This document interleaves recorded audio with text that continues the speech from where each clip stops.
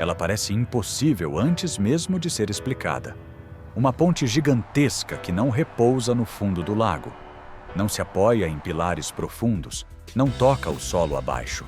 Ela flutua. E não em um rio calmo, mas sobre um lago profundo, escuro e instável. Para qualquer engenheiro, a ideia soa errada.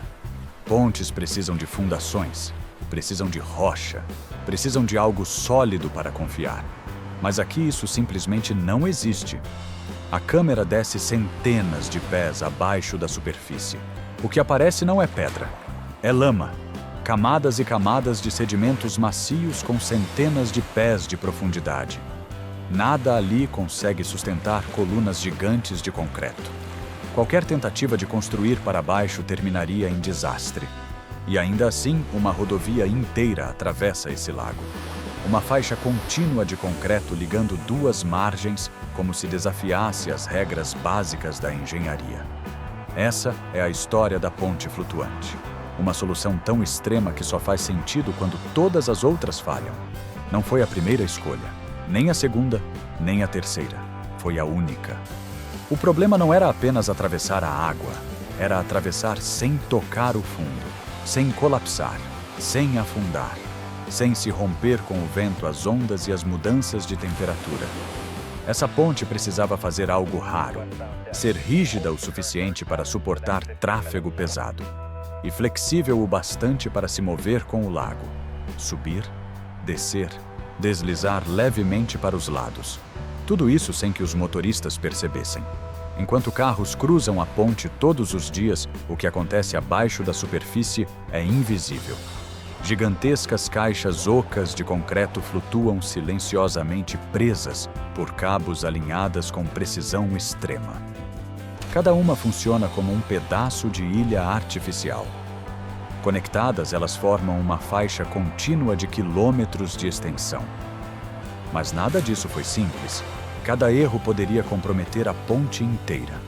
Cada rachadura poderia ser fatal. Por isso, desde o início, essa obra foi tratada não como uma ponte comum, mas como uma experiência em escala real.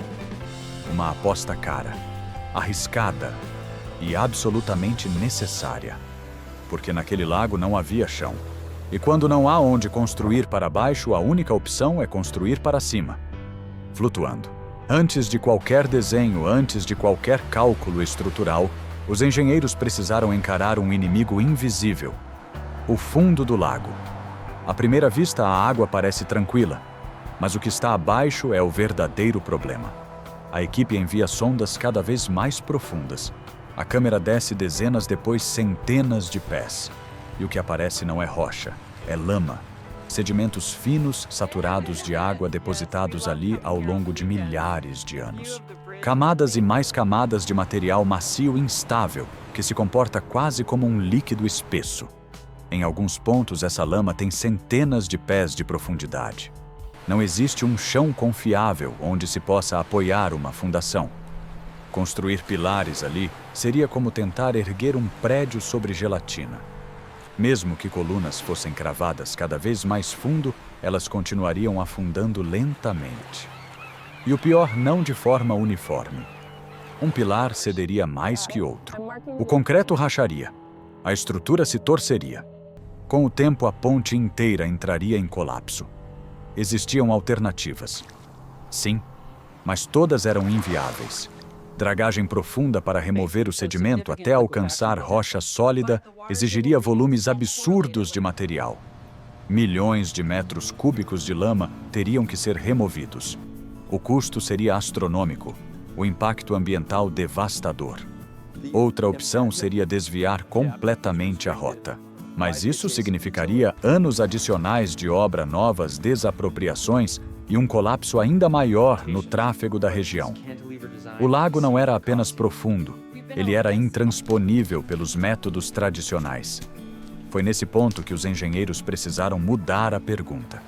Em vez de perguntar como apoiar a ponte no fundo, eles passaram a perguntar: e se a ponte não precisasse tocar o fundo? A ideia parecia absurda. Pontes flutuam, barcos flutuam, plataformas flutuam, pontes não. Mas quando o solo se recusa a colaborar, as regras precisam mudar. O fundo do lago eliminou todas as opções convencionais e, ao fazer isso, forçou uma solução radical. Uma ponte que não depende do solo. Uma ponte que confia na água para se sustentar. E essa decisão mudaria tudo sobre como a estrutura seria projetada, construída e mantida. Porque a partir desse momento, a água deixou de ser um obstáculo. Ela passou a ser a fundação. Quando a solução apareceu pela primeira vez, soou como loucura. Uma ponte feita de concreto que flutua. Não madeira, não aço leve. Concreto. O mesmo material usado para edifícios, barragens e fundações pesadas. Concreto não flutua. Ou pelo menos não deveria. Mas a física diz outra coisa. Se o volume deslocado de água for maior que o peso da estrutura, ela sobe. É o mesmo princípio que mantém navios gigantes na superfície. A diferença é a escala e a tolerância ao erro. A solução foi criar enormes pontuns, caixas ocas de concreto seladas hermeticamente fechadas. Cada uma funciona como um enorme flutuador. Por fora, paredes grossas de concreto armado. Por dentro, espaço vazio cheio de ar. A água sustenta o peso. O concreto fornece rigidez. Mas isso cria um novo problema. Concreto racha. E em uma ponte flutuante, uma rachadura não é apenas estrutural. É existencial. Se a água entra, o equilíbrio muda. Peso aumenta. Flutuabilidade diminui. Uma falha pequena pode se transformar em uma reação em cadeia. Por isso, cada pontum foi tratado como um submarino. Sensores instalados no piso monitoram a presença de água em tempo real. Se qualquer infiltração surgir, o sistema detecta imediatamente. Alarmes disparam. Equipes entram em ação. Nada é deixado ao acaso. Os pontuns não são construídos no lago. Eles são fabricados em estaleiros em ambiente controlado. Concreto é lançado com precisão extrema. As tampas superiores, as lajes, selam completamente as caixas flutuantes. Depois de curados, esses blocos gigantes são rebocados pelo mar. Eles sobem pela costa do Pacífico, entram em estreitos, contornam baías e finalmente chegam ao lago. Cada viagem é uma operação delicada. Um erro de amarração. Um impacto inesperado, uma fissura microscópica poderia comprometer meses de trabalho. Quando chegam ao local, os pontuns são posicionados com precisão milimétrica. Eles não apenas flutuam, eles precisam flutuar na posição exata. Porque unidos eles formarão uma única estrutura contínua. Uma espécie de ilha linear, feito de concreto dançando suavemente com o movimento do lago. Essa foi a virada. A ponte deixou de ser uma estrutura apoiada. Ela passou a ser uma estrutura equilibrada. E quando o equilíbrio é o que sustenta tudo, cada detalhe importa mais do que nunca. Cada pontum é um colosso silencioso. Visto de perto, ele parece um prédio de concreto deitado sobre a água. Paredes espessas, arestas rígidas, uma massa que transmite peso. Mas por dentro, o segredo é o vazio. Ar selado, compartimentos internos, câmaras projetadas para manter a flutuabilidade mesmo em condições extremas. Antes de qualquer instalação, os engenheiros descem novamente ao lago. Não para construir fundações, mas para preparar o ambiente. Cabos de ancoragem são posicionados no fundo macio, não para sustentar peso vertical, mas para segurar posição. Eles funcionam como rédeas. Impedem que os pontuns derivem com o vento ou com correntes invisíveis. Agora vem a parte crítica. O posicionamento. Um pontum não pode ser colocado quase no lugar certo. Alguns centímetros de erro multiplicados por dezenas de unidades criam um desalinhamento impossível de corrigir depois. Guindastes flutuantes, embarcações de apoio e equipes de mergulho trabalham em conjunto. Comandos são curtos, precisos, repetidos. Um pouco à esquerda. Segure, desça devagar. O bloco de concreto é trazido lentamente até tocar a água. Ele se acomoda. Flutua, se estabiliza. Então, milímetro por milímetro é guiado para a posição final. Sensores confirmam o alinhamento longitudinal e lateral. Quando tudo coincide, o pontum é travado temporariamente. Esse processo se repete novamente. E novamente. pontum após pontum. Um a um, eles se conectam. O que antes eram blocos isolados se transforma em algo maior. Uma faixa contínua de concreto flutuando no lago. Uma ilha artificial com quilômetros de extensão. Mas a ponte não é reta. Ela tem uma curvatura suave. Isso não é estética, é engenharia. A curva ajuda a distribuir forças, absorver movimentos e lidar com variações térmicas.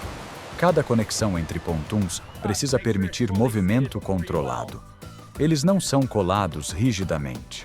São unidos de forma que possam se mover juntos sem se romper. E enquanto tudo isso acontece acima da superfície e abaixo dela, os cabos trabalham silenciosamente, segurando, equilibrando, permitindo movimento, mas nunca perda de controle. Aqui a construção não vence a água, ela negocia com ela. E essa negociação define o sucesso ou o fracasso de toda a ponte. Quando todos os pontuns estão na água, o trabalho pesado está apenas começando. Agora eles precisam se tornar uma única estrutura.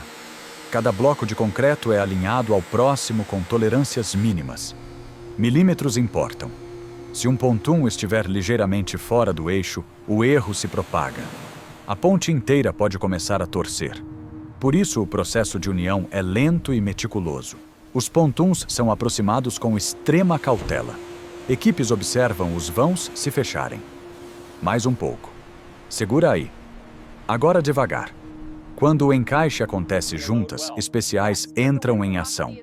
Elas não são rígidas como em uma ponte tradicional. São projetadas para comprimir. Essa compressão é intencional. Ela permite que a ponte absorva movimentos do lago e mudanças de temperatura sem rachar. Concreto se expande quando esquenta, se contrai quando esfria. Em uma estrutura flutuante com quilômetros de extensão, essa variação não é detalhe, é uma força dominante. As juntas funcionam como amortecedores invisíveis. Elas seguram tudo junto, mas deixam a ponte respirar.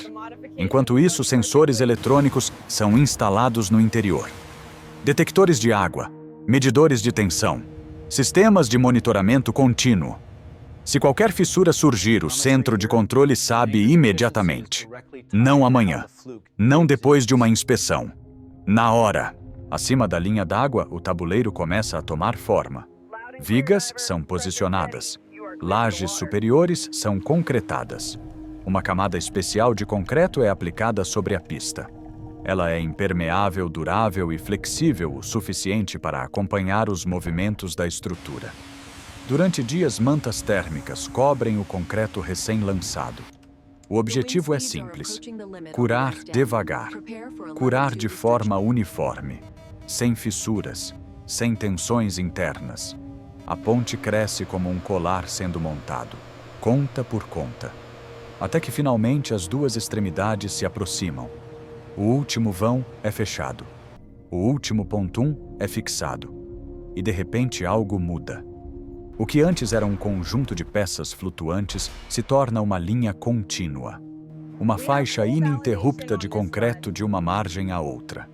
Nesse momento, a ponte deixa de ser um experimento. Ela passa a ser uma estrada. Mesmo completa, a ponte ainda não pode se comportar como uma ponte comum. Ela não é rígida e não pode ser. O lago se move, o vento empurra, a temperatura muda todos os dias. Se a estrutura resistir a isso, ela quebra. Por isso, os engenheiros precisaram aceitar uma verdade desconfortável. A ponte precisava se mexer. Nas extremidades do trecho flutuante entram em cena as chamadas vigas de transição. Esses segmentos conectam a parte flutuante aos pilares fixos em terra. Entre eles existe um mecanismo crucial, uma enorme articulação de aço. Ela funciona como um ombro. Permite que a ponte suba e desça com o nível da água. Deslize levemente para os lados e se alongue ou se comprima com o calor e o frio. Tudo isso sem transmitir forças destrutivas para o restante da estrutura. Esse movimento é calculado, não é livre, não é caótico, é controlado. Sensores medem compressão-tensão e deslocamento o tempo todo. Se algo sai do esperado, o sistema alerta imediatamente. É por isso que, para quem dirige, nada parece acontecer. A pista é lisa. O trajeto é estável. Mas abaixo das rodas a ponte está viva. Ela respira com o clima. Ela responde ao vento. Ela se ajusta às estações. No verão, o concreto se expande. No inverno, ele se contrai. As articulações absorvem essa variação sem criar rachaduras, sem empurrar forças para onde não deveriam ir. Essa capacidade de movimento é o que mantém a ponte intacta, ano após ano. Sem ela, o concreto se partiria. As juntas falhariam, e a água encontraria o menor caminho para dentro da estrutura. Aqui a engenharia não é sobre rigidez, é sobre flexibilidade inteligente, sobre saber exatamente onde permitir movimento e onde proibi-lo. A ponte não desafia a física, ela coopera com ela. E é isso que transforma uma ideia absurda em uma estrutura confiável. Em uma ponte comum, os problemas aparecem devagar. Uma rachadura visível, um desnível na pista, um ruído estranho. Aqui isso não é aceitável. Em uma ponte flutuante, o aviso precisa vir antes. Por isso, o interior da estrutura é tratado como uma sala de controle silenciosa. Dentro dos pontuns, sensores eletrônicos monitoram tudo. Nível de água, pressão interna, tensão nas juntas, movimento relativo entre os módulos. Se uma microfissura surgir e permitir a entrada de água, o sistema detecta imediatamente. Não depois de uma inspeção manual. Não depois de um dano visível. Na hora, alarmes são enviados para o centro de controle. Equipes sabem exatamente qual pontum foi afetado e em que ponto. Isso transforma a manutenção em algo proativo, não reativo. Outro nível de proteção vem de fora. Drones realizam varreduras regulares do tabuleiro e das juntas. Câmeras térmicas identificam pontos de estresse invisíveis a olho nu. Se uma área aquece mais do que deveria, é sinal de atrito excessivo ou compressão fora do esperado. Os dados não ficam isolados. Eles são comparados com modelos digitais da ponte. Simulações estruturais prevêem como a ponte deveria se comportar em cada condição. Quando o comportamento real se afasta do previsto, os engenheiros sabem. Esse nível de monitoramento não existe por paranoia. Existe por necessidade, porque o fracasso aqui não seria localizado. Uma falha em um ponto pode afetar toda a estrutura. É por isso que redundância é palavra-chave. Se um sensor falha, outro confirma. Se um sistema cai, outro assume. A ponte é tratada como uma infraestrutura crítica. Sempre ligada. Sempre observada. Enquanto motoristas atravessam sem perceber nada de especial, um sistema inteiro trabalha em silêncio para garantir que nada dê errado. Aqui, segurança não é um evento. É um processo contínuo. E é isso que permite que uma estrutura tão incomum funcione como algo totalmente normal. Todos os dias, em qualquer clima. Depois de anos de cálculos, meses de construção e milhares de decisões microscópicas, chega o momento mais delicado de todos: o fechamento final. Este não é um simples encaixe. É o instante em que toda a ponte precisa se comportar como uma única estrutura. Os últimos pontuns são trazidos lentamente para a posição. Comandos ecoam pelos rádios. Mais um pouco à esquerda. Segura. Agora desce devagar. Nada é apressado. Qualquer desalinhamento, por menor que seja, cria tensões indesejadas. E tensão acumulada é inimiga silenciosa. Quando o encaixe final acontece, os sensores entram em modo máximo. Leituras de compressão, tensão nas juntas, distribuição de carga. Tudo precisa bater com os modelos teóricos. E bate.